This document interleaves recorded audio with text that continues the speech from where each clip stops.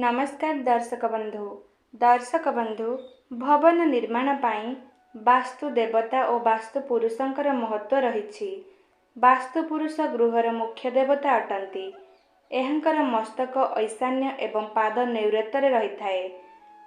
दक्षिण हस्त अग्निकोण एवं वाम हस्त वायुकोण रही थाए। एही वास्तु पुरुष अधमुख होई भूमि अवस्थान करिथांती। भूमि रे एही वास्तु पुरुषंकर अवस्थिति को नहीं एहा उपरे केउं भागरे कौन निर्माण कार्य करा जिबा कथा ताहा वास्तुशास्त्र रे वर्णना करा जाइछि। वास्तुशास्त्र अनुसारे भूमि चयन भवन निर्माण एवं इंटेरियर वर्क करा जाइथिले गृह मध्य बसवास करुଥିବା व्यक्ति माने शुभ फल पाइथांती।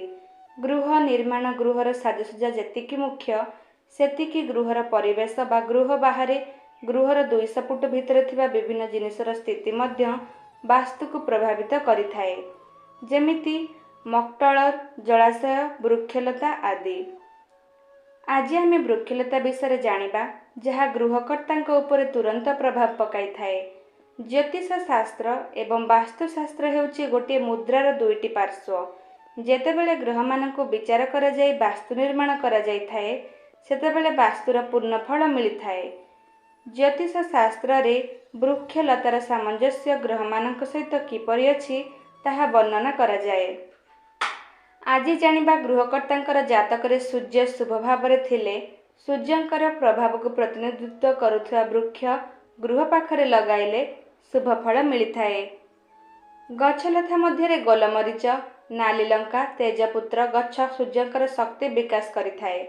एणु यदि जातकरे सूर्य शुभ स्थिति रे सूर्य उच्चस्थ अर्थात मेष राशि रे एवं यहाँ केन्द्र किंबा त्रिकोण रे थिबे, सूर्य यदि निज राशि अर्थात सिंह राशि रे थिबे एवं यहाँ केन्द्र किंबा कोण रे अवस्थान करिथिबे एवं सूर्य यदि मित्र ग्रह रे अर्थात बृहस्पति किंबा मंगलंक गृह रे थिबे, यदि सूर्य एकादश भाव रे थिबे तेबे एही सब वृक्ष गृह रे थिले सूर्यंकर शुभ शक्ति अधिक मिली थाए, जहा द्वारा गृहकर्तांकर मंगल होई थाए।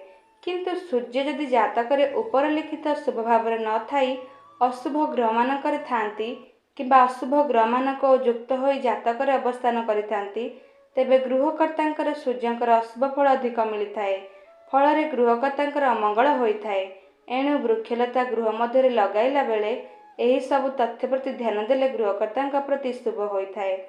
तेबे दर्शक बंधु आशा करुछि आपण